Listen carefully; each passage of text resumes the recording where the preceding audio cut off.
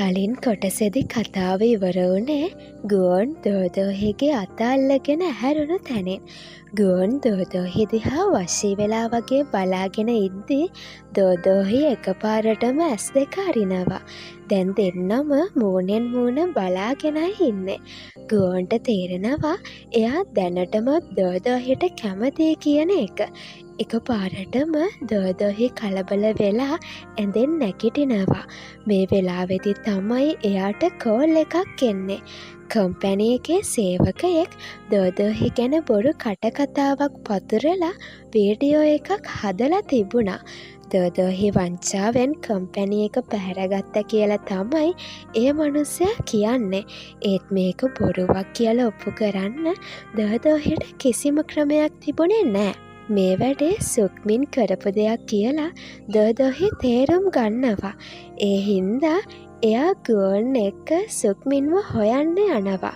ඇත්තටම මීට අවුරුදු ගානකට කලින් සුක්මින් අතින් වාහනේ ඩ්‍රයිව් කරද්දි මනුස්සයෙක් මැරිලා තිබුණා.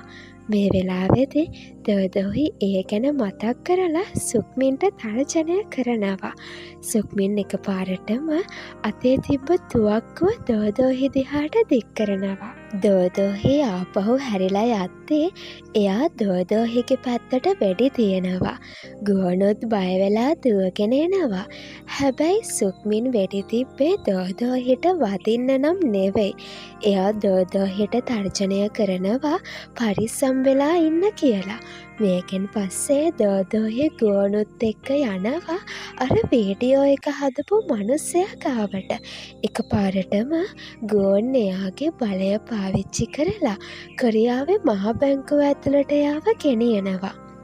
හෙට උදේ වෙනකන්ම මෙහෙම හිටියොත් මේ තුන්දෙනාවම පොලිසියෙන් අල්ලගන්නවනේ. ඉතින් ගුවන් අර මනුස්සයාව එතන තනියම දාලා දෝදෝහිත් එක්ක එළියට යන්න හදනවා. මෙහෙම කරන්න ඒ කෙනාව පොඩ්ඩක් බය කරන්න. මේ හින්දා හොඳටම කලබල වුණ එයා දෝදෝහිගෙන් සමාව ඉල්ලනවා. ඊට පස්සේ දෝදෝහි ගුවනුයි එයාගේ ඉන්ස්ටිටියුට් එකට එනවා. මේ වෙලාවෙදි තමයි ගුවන් දැනගන්නේ එයාගේ ඩීමන් බුක් එක නැති වෙලා කියලා. මේ වෙද්දිත් පොත හොරකම් කරලා තිබුණ මිනී මරුවා ඒක කියවන ගමනුයි හිටියේ.